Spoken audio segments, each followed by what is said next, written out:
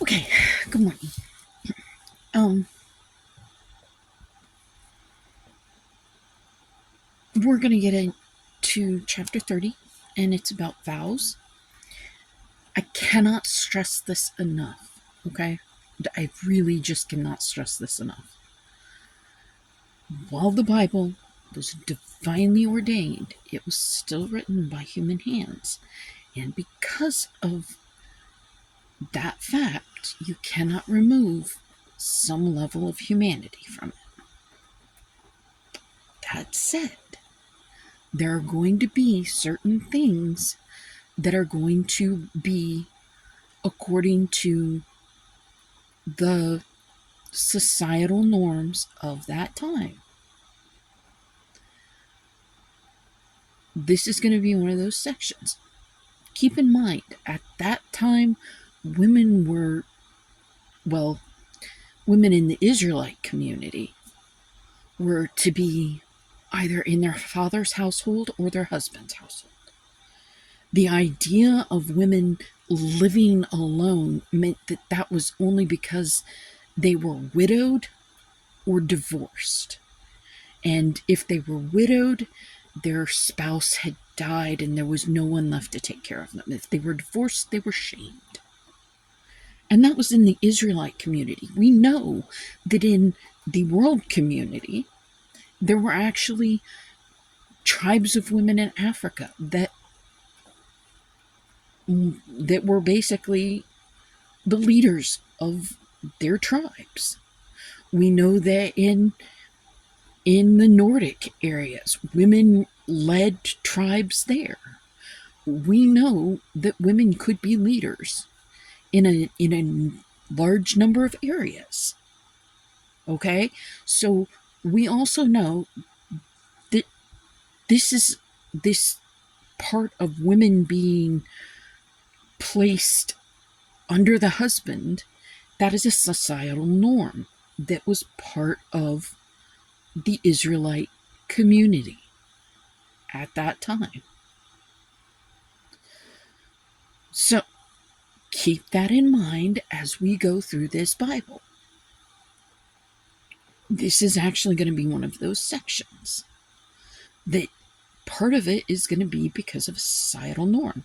Again, that societal norm formed out of the hardness of our hearts, and God allowed it because of the hardness of our hearts.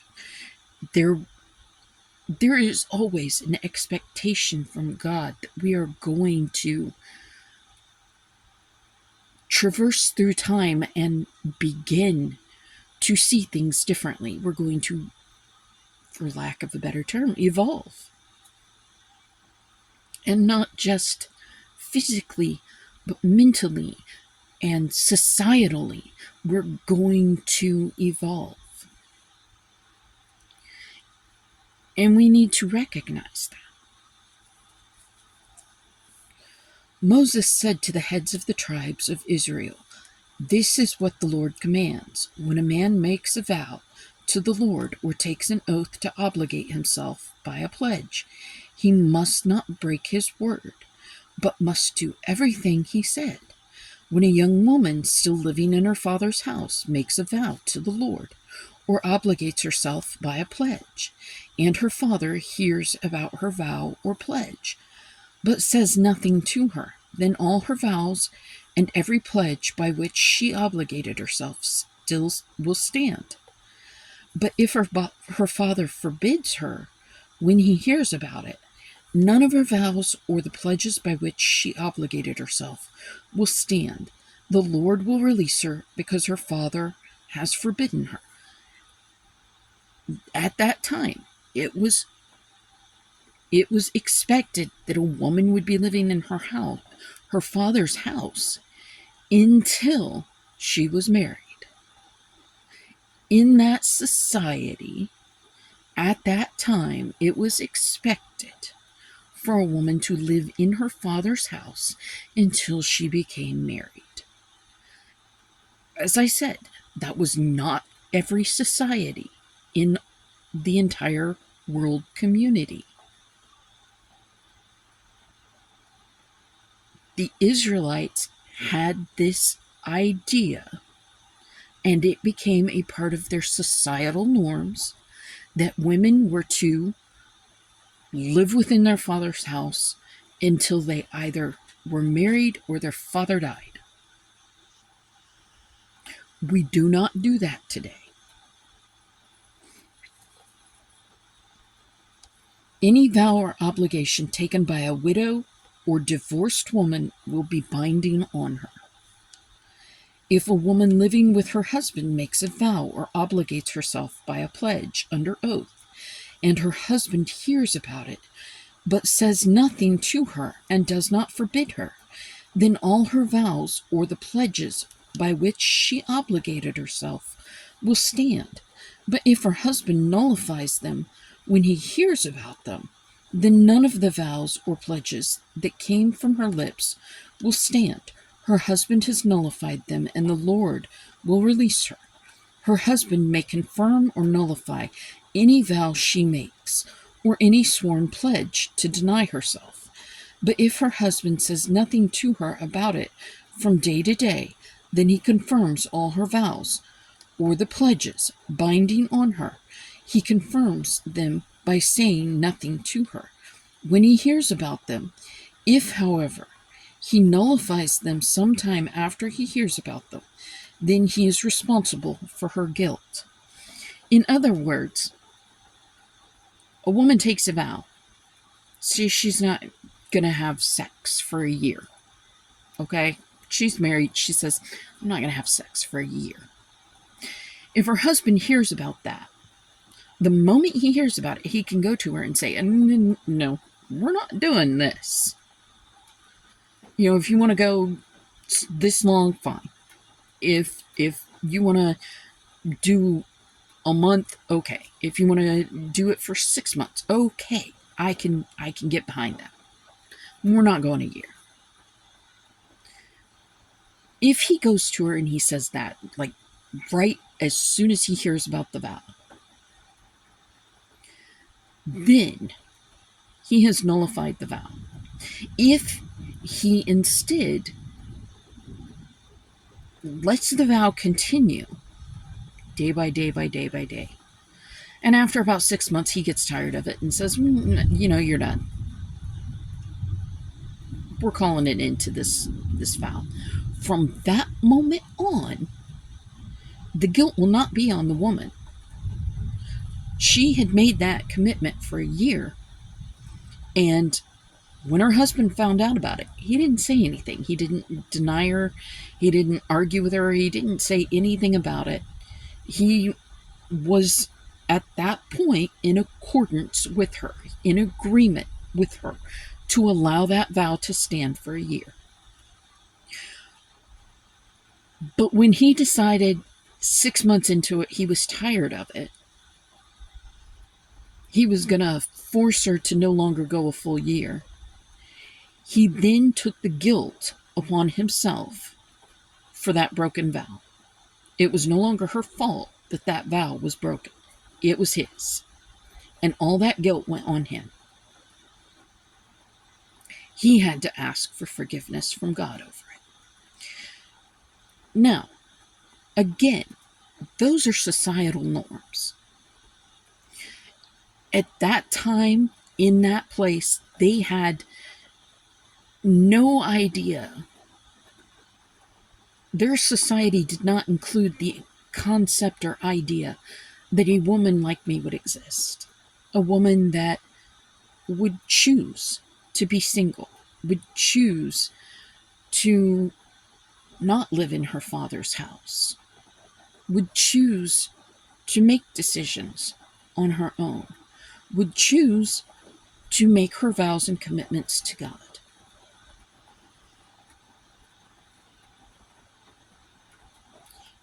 So there were no real laws set up specifically for me in the Bible, because their societal norms did not include any kind of expectation at that time for women like me to exist. In their society, they could not imagine a woman that would want to do these things.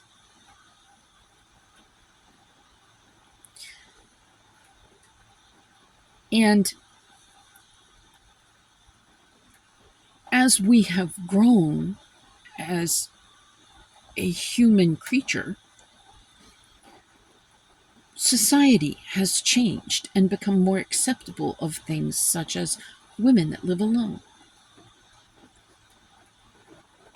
It is commonplace now that you don't have to be married.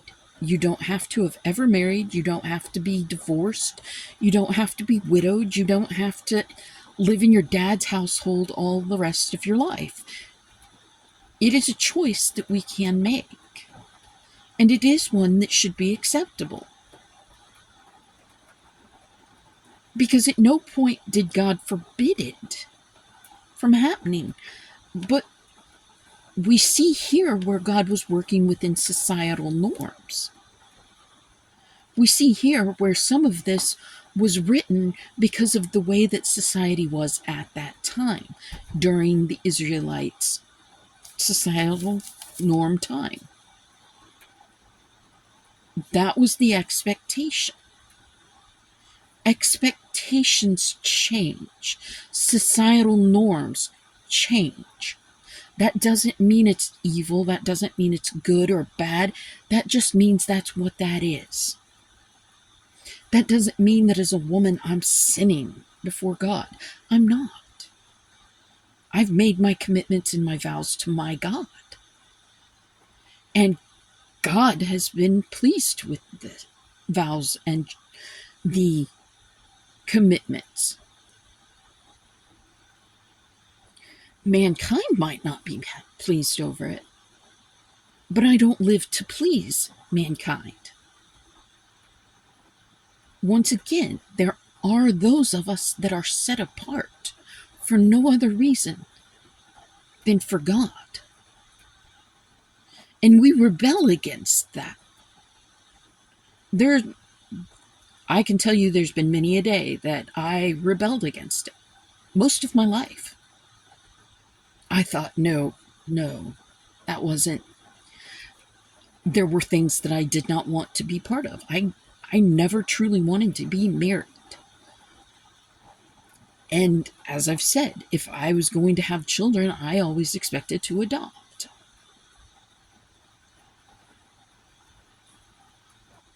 But the reality is we need to recognize that society changes, it evolves, it grows to include others.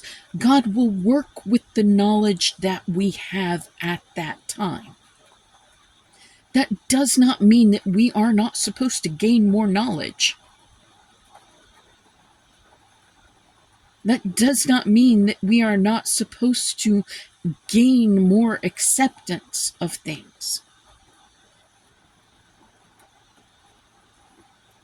It just means that at this time, this was the societal norm. This was what mankind could understand.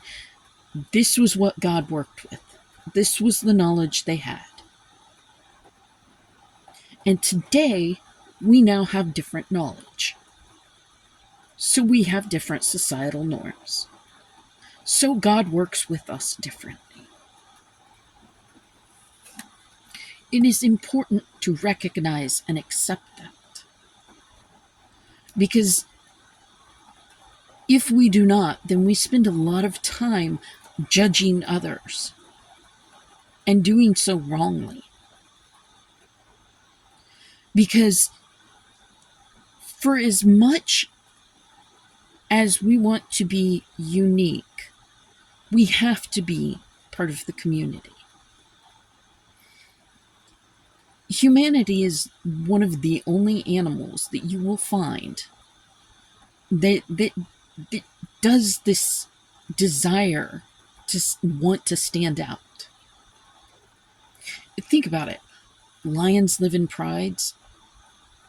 They all look primarily alike, We've gotten to the point where most biologists, to be able to determine different animals within their pods, like whales, or prides like lions, or whatever community type setting they have, biologists actually have to determine their identity by scars, because they do not stand apart. In the animal world, if you stand apart, then death is imminent. If you are able to be singled out, your death is going to come swiftly in the animal world. Humans, we longed for that individuality. Instead of being part of the community as a whole, we look for ways to divide ourselves. We look for ways to stand ourselves out. And yet, even in our individuality, we find that we group together with other individuals of the same type. So, we need to recognize that there is more that's going to bind us together. We just have to look for it. Because the reality is anyone that truly stands apart and stands separate, 9 times out of 10, there's probably something wrong. Just like in the animal world. If there's an animal that's standing apart, it's probably because it's sick or injured. And it will eventually be picked off. And that is the same with humanity. If you are standing apart, you have a community of people that you are part of, but you start to stand further and further apart. You'll be easy pickings for communities that don't mean so good. You'll be easy pickings for ideas that aren't really truthful. So we need to make sure that whatever community we're actually taking part in, it's a community that is truly honoring God, that is truly honoring each other, and not just a community that's going to honor our bank account or honor ourselves.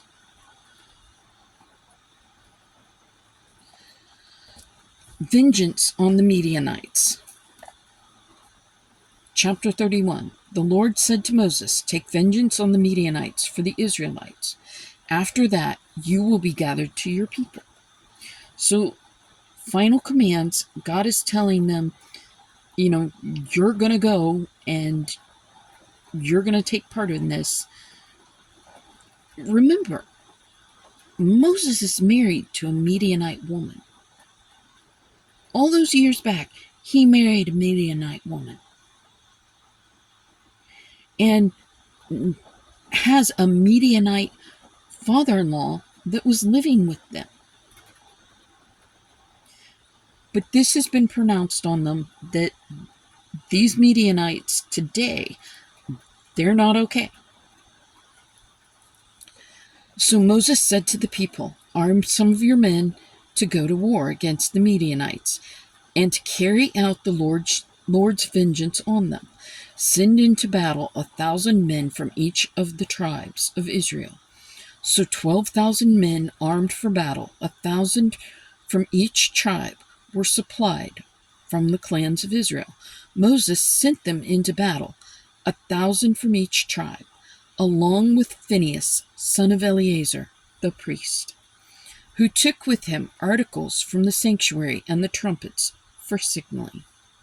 They fought against Midian, as the Lord commanded Moses, and killed every man. Among their victims were Evi, Rechem, Zur, Hur, and Reba, the 5 kings of Midian. They also killed Balaam, son of Beor, with the sword. The Israelites captured the Midianite women and children and took all the Midianite herds, flocks, and goods as plunder. They burned all the towns where the Midianites had settled, as well as all their camps. They took all the plunder and spoils, including the people and animals, and brought the captives, spoils, and plunder to Moses and Eleazar, the priest, and the Israelite assembly at their camp on the plains of Moab, by the Jordan across from Jericho. Okay, so the people of Jericho are watching this. They're seeing this battle. They're seeing 12,000 people from Israel separate themselves out and go to war against the Midianites. And Balaam, the guy that we saw argued against God, wound up going ahead and following Balak, wound up going ahead and being told that he's going to pronounce a curse and actually had the Spirit of God come upon him, and he spoke praises and even foretold of Jesus' coming. That same Balaam is killed in this. Why? Because he only honored God by force. He had every intention of going. This is the repayment that he was going to get, because he had every intention of going ahead and going and actually speaking a curse, thinking, well, it's okay, I can do whatever I want when I get there. I can make these cards or these stones, or they'll say whatever I want them to say. But instead, he found out the power of God, and was instead blessed the Israelites twice. And then on the third time, he just knew. So he gave himself over to God. And he prophesied. And he prophesied of the coming of Jesus, the salvation of the world through the Israelites. And from that moment, he said he was going to go home. But some reason he didn't make it. He didn't just pick up and go then. Maybe he just stuck around to enjoy some of the treasures, or to be paid a little bit more. One reason or another, he didn't go home. And so he was killed in among the Midianites. And like I said, the people of Jericho, all of them standing in their walls, watching this happen. It's a foreshadow. They were being warned. You don't want this, get out. Moses, Eleazar, the priest, and all the leaders of the community went to meet them outside the camp. Moses was angry with the officers of the army, the commanders of thousands and commanders of hundreds, who returned from the battle. Have you allowed all the women to live? He asked them. They were the ones who followed Balaam's advice and were the means of turning the Israelites away from the Lord in what happened at Peor, so that a plague struck the Lord's people. Now, kill all the boys and kill every woman who has slept with a man. But save for yourselves every girl who has never slept with a man. All of you who have killed anyone or touched anything who was killed must stay outside the camp 7 days. On the 3rd and 7th days, you must purify yourselves and your captives. Purify every garment as well as everything made of leather, goat hair, or wood. Then Eleazar the priest said to the soldiers who had gone into battle, This is the requirement of the law that the Lord gave Moses. Gold, silver, bronze, iron, tin, lead, and anything else that can withstand fire must be put through the fire, and then it will be clean. But it must also be purified with the water of cleansing, and whatever cannot withstand fire must be put through that water. On the seventh day, wash your clothes, and you will be clean. Then you may come into the camp. Okay, so here we see something that was of such vital importance that the priest, the high priest, left the tabernacle, came down. How did he stay in the tabernacle when the tabernacle was being pulled apart and taken? Okay, and carried throughout the desert? We know that the tabernacle was always set back up first. We know that the tabernacle and all of its furnishings traveled throughout the desert before the rest of the Israelites. The high priest traveled with the tabernacle, with the actual Ark of the Covenant. He was traveling throughout with all of that. So that was another way in which the high priest was kept separate from the whole Israelite community. But here we see a point where it became so important that the high priest left the tabernacle with Moses and went to the edge of camp and said, no, you are not bringing this sin down on this community. These were the ones that caused the trouble in the first place. And then, again, we also see why Balaam was killed in this fight. Because he used the idea of seduction to bring the Israelites down. He was the one that explained to the women, if you seduce the Israelite men, then God's going to get mad at them and destroy them. So Balaam, again, he died. Never made it home. Should have just gone home, but didn't do it. Stayed to try and earn some more of that gold. Once again, greed won out with him. So he paid the ultimate price. The orders from God were to destroy it. Destroy the Midianites. So they did not destroy all the women.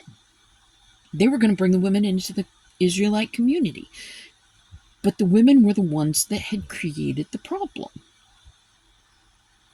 So God said, nope. You're going to kill all the boys, and you're going to kill every woman that's ever had sex. That's it. You can keep the plunder, and you can keep the girls, the young girls. And you're going to stay outside the camp for 7 days until everybody has been cleansed and purified. Once again, these soldiers, you have to understand, this is a lot to put on them. I don't care if it is a child that is not typically a part of your community. It's still a child.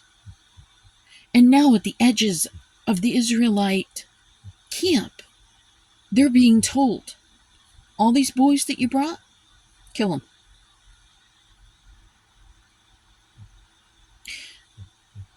That is not the way that we should live today. That was a societal norm at that time. That was a tribal warfare expectation at that time. That was a hardness of their heart that God allowed at that time. Because those other individuals could not be turned to God and were working to try and turn the Israelites away from God.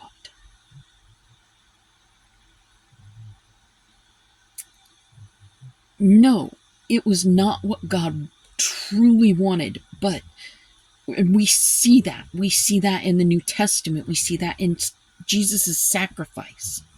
But this is what happened. Should we live that way today? No, absolutely not. Genocide should not occur. What is going on in Palestine is not right. What happened with the Native Americans? Not right. What happened in Germany? Not right. And the fact is, America knew at the time that Germany was going and trying to destroy the Jewish nation. America knew that that was not right. So why are we okay with what is happening now? We shouldn't be. And there should be an end to it. And it is truly my belief that the incoming administration and the leader of Israel are working together to try and make it look good for the incoming administration. And I believe that those two are working with Russia's leader in an attempt to try and destroy America. And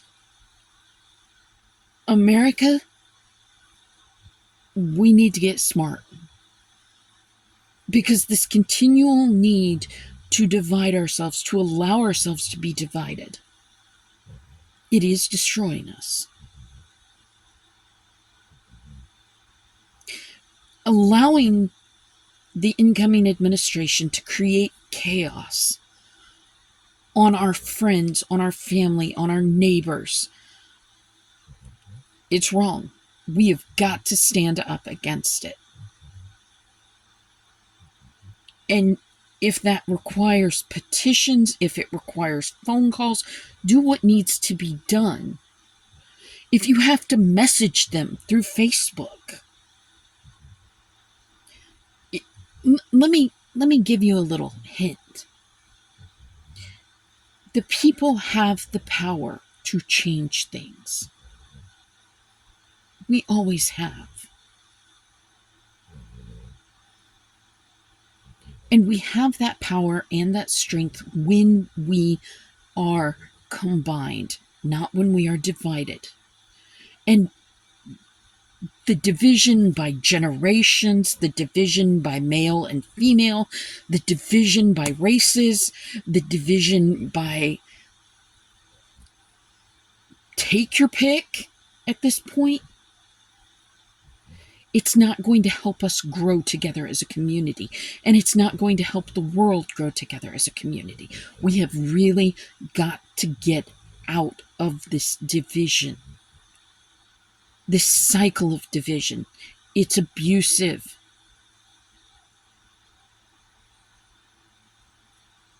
If we want the world to be a better place, then it's time to stand up. I'm not saying go and get a gun or fight anything like that. I'm not saying that. What I am saying is you have a voice, use it.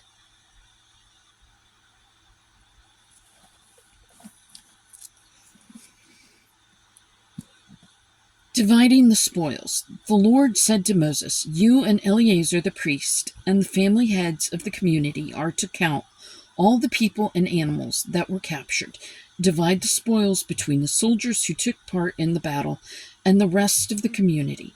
From the soldiers who fought in the battle, set apart as tribute for the Lord 1 out of every 500, whether persons, cattle, donkeys, sheep, or goats. Take this tribute from their half share and give it to Eleazar the priest as the Lord's part. From the Israelites, half select 1 out of every 50, whether persons, cattle, donkeys, sheep, goats, or other animals. Give them to the Levites, who are responsible for the care of the Lord's tabernacle. So Moses and Eleazar the priest did as the Lord commanded Moses.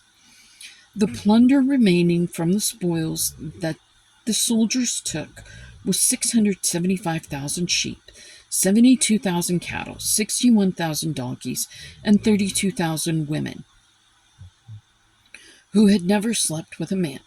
The half share of those who fought in the battle was 337,500 sheep, of which the tribute for the Lord was 675. 36,000 cattle, of which the tribute for the Lord was 72. 30,500 donkeys, of which the tribute for the Lord was 61. 16,000 people, of which the tribute for the Lord was 32. Moses gave the tribute to Eleazar the priest, as the Lord commanded Moses. The half belonging to the Israelites, which Moses set apart from that of the fighting men, the community's half, was 337,500 sheep, 36,000 cattle, 30,500 donkeys, and 16,000 people. From the Israelites, half Moses selected one out of every 50 persons and animals, as the Lord commanded him, and gave them to the Levites, who were responsible for the care of the Lord's tabernacle. Then the officers, who were over the units of the army, the commanders of thousands and commanders of hundreds, went to Moses and said to him, "Your servants have counted the soldiers under our command, and not one is missing. So we have brought as an offering to the Lord the gold articles each of us acquired, armlets, bracelets, signet rings, earrings, and necklaces, to make atonement for ourselves before the Lord." So not a single one of the Israelite soldiers died. Not one. And to honor that, and to honor their cleansing, they brought all the gold and presented it to Moses. Not to Eleazar, to Moses, because it was to go strictly to God, to the tabernacle. And notice Phinehas went with, Phinehas, a priest, a warrior priest, went with the soldiers. So they also still had some sort of relationship with God. They were still able to communicate with God. There was still a priest with them to be part of that leadership. And what did Eleazar do with the tribute that went to God? We've already been through that. There was part of it that was supposed to be the Lord's burnt offerings and things of that nature. What did the women that went with Eleazar do? Well, more than likely they went into his household as servants, or working outside the tabernacle to keep the grounds around the tabernacle. There was always jobs.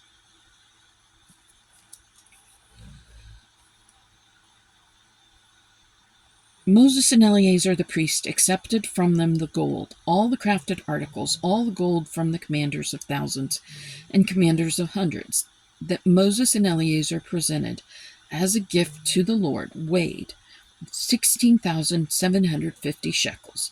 Each soldier had taken plunder for himself. Moses and Eleazar the priest accepted the gold from the commanders of thousands and commanders of hundreds, and brought it into the tent of meeting, as a memorial for the Israelites before the Lord. The Transjordan tribes. Chapter 32. And this is where we wind up with today's arguments. The Reubenites and Gadites, who had very large herds and flocks, saw that the lands of Jazer and Gilead were suitable for livestock. So they came to Moses and Eleazar the priest, and to the leaders of the community, and said, Adaroth, Dibon, Jazer, Nimrah, Heshbon, Elealeh, Sebam, Nebo, and Beon, the land the Lord subdued before the people of Israel, are suitable for livestock, and your servants have livestock. If we have found favor in your eyes, they said, let this land be given to your servants as our possession. Do not make us cross the Jordan. Moses said to the Gadites and Reubenites, shall your countrymen go to war while you sit here? Why do you discourage the Israelites from going over into the land the Lord has given them? This is what your fathers did when I sent them from Kadesh Barnea to look over the land. After they went up to the valley of Eshcol and viewed the land, they discouraged the Israelites from entering the land the Lord had given them. The Lord's anger was aroused that day, and he swore this oath, because they have not followed me wholeheartedly. Not one of the men, 20 years old or more, who came out of Egypt will see the land I promised on oath to Abraham, Isaac, and Jacob. Not one except Caleb, son of Jephunneh, the Kenizzite, and Joshua, son of Nun. For they followed the Lord wholeheartedly. The Lord's anger burned against Israel, and he made them wander in the desert 40 years, until the whole generation of those who had done evil in his sight was gone. And here you are, a brood of sinners, standing in the place of your fathers, and making the Lord even more angry with Israel. If you turn away from following him, he will again leave all this people in the desert, and you will be the cause of their destruction. Then they came up to him and said, we would like to build pens here for our livestock, and cities for our women and children, but we are ready to arm ourselves and go ahead of the Israelites until we have brought them to their place. Meanwhile, our women and children will live in fortified cities for protection from the inhabitants of the land. We will not return to our homes until every Israelite has received his inheritance. We will not receive any inheritance with them on the other side of the Jordan, because our inheritance has come to us on the east side of the Jordan. Then Moses said to them, if you will do this, if you will arm yourselves before the Lord for battle, and if all of you will go armed over the Jordan before the Lord until he has driven his enemies out before him, then when the land is subdued before the Lord, you may return and be free from your obligation to the Lord and to Israel. And this land will be your possession before the Lord. From that moment, the tribe of Reuben and the tribe of the half-tribe of Manasseh, from that moment, would live in that area. And they would no longer actually be Israelites. The Israelites were going to live in the land that God had promised them. The tribe of Reuben and the half-tribe of Manasseh that lived on the other side of the Jordan, they were going to be a family apart from Israel.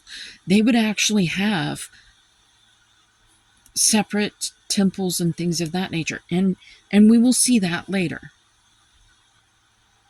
And we will see where they set up altars, and I will tell you, the Israelites will actually come out against them because they set an altar up instead of crossing and going into Jerusalem or the main city to worship God at the main temple. We'll see that later. But The reality is that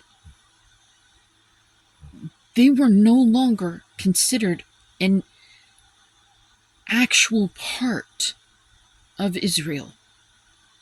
They were related to Israel, but they were a country apart at that point. That is a contentious thing today, because the Israelites say that they own that property, that God gave it to them. The Palestinians say that they've lived there all their lives. I say that both are true.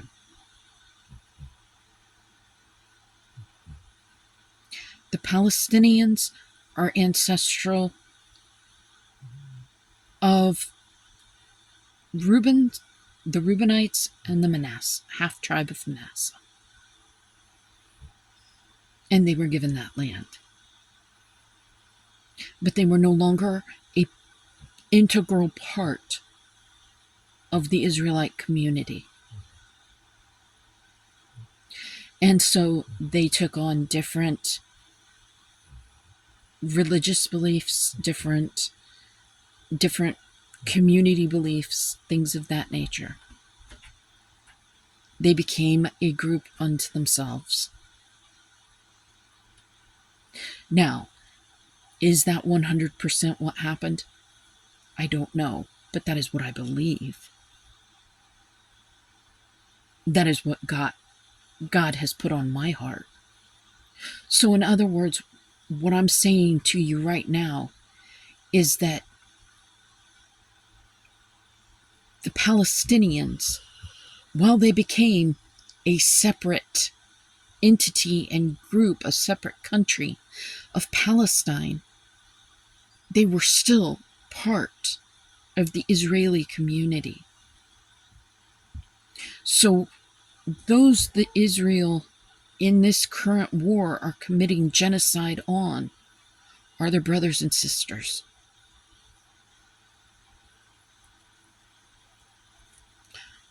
Just the way that Edom was still part of the Israelite family, if not the Israelite community. Edom was the brothers and sisters of Jacob and Israel. And God turned Israel away instead of fighting their brothers and sisters. As I said, that's my belief. That's what God put on my heart.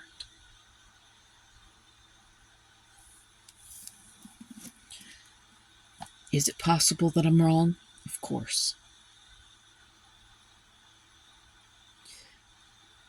What's not wrong is that genocide is wrong. That is a truth that we should all know. Genocide is wrong. We knew it in Rwanda. We knew it in Germany. We knew it in America during colonial days.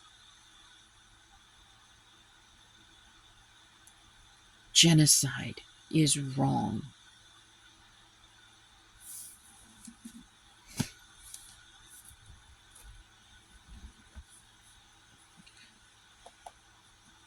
But if you fail to do this, you will be sinning against the Lord, and you may be sure that your sin will find you out. Build cities for your women and children and pens for your flocks, but do what you have promised. The Gadites and Reubenites said to Moses, "We, your servants, will do as the Lord commands. Our children and wives, our flocks and herds will remain here in the cities of Gilead. But your servants, every man armed for battle, will cross over to fight before the Lord, just as our Lord says." Then Moses gave orders about them to Eleazar the priest, and Joshua son of Nun, and to the family heads of the Israelite tribes. He said to them, "If the Gadites and Reubenites, every man armed for battle, cross over the Jordan with you before the Lord, Then when the land is subdued before you, give them the land of Gilead as their possession. But if they do not cross over with you armed, they must accept their possession with you in Canaan." The Gadites and Reubenites answered, "Your servants will do what the Lord has said. We will cross over before the Lord into Canaan, armed, but the property we inherit will be on this side of the Jordan." Then Moses gave to the Gadites, the Reubenites, and the half tribe of Manasseh, son of Joseph, the kingdom of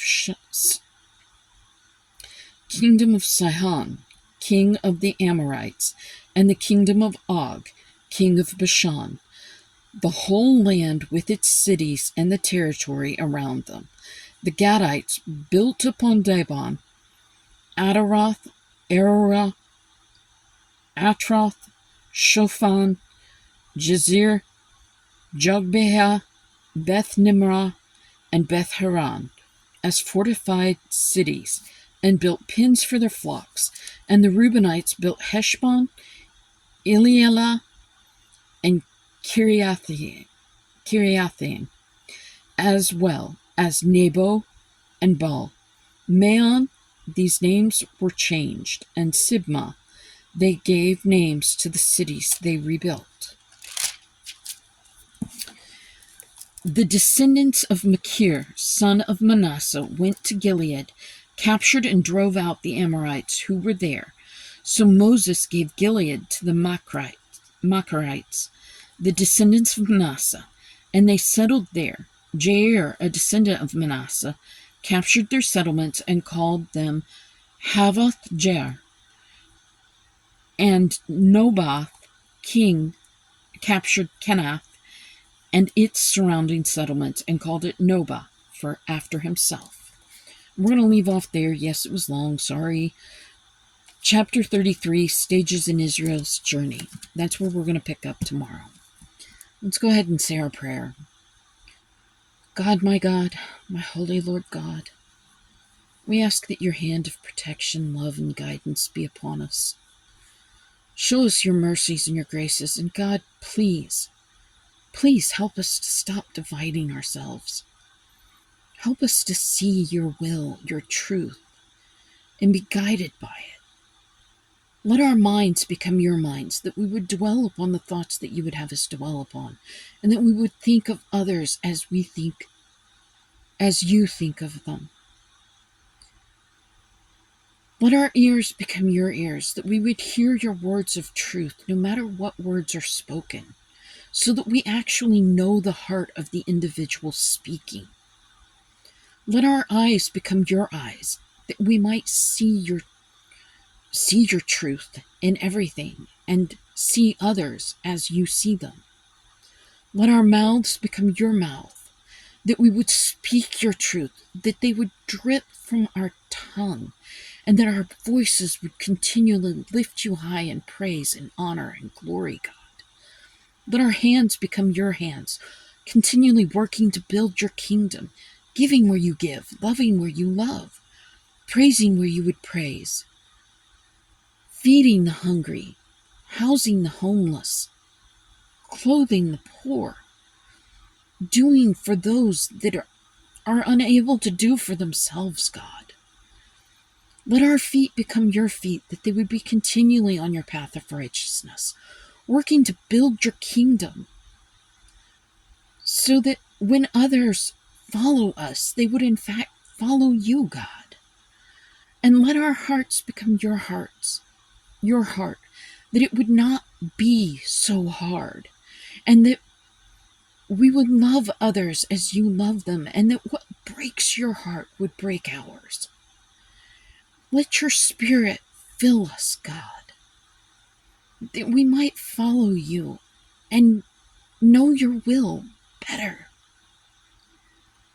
We pray all these things in your holiest, mightiest, most glorious name, Jesus, and we say amen.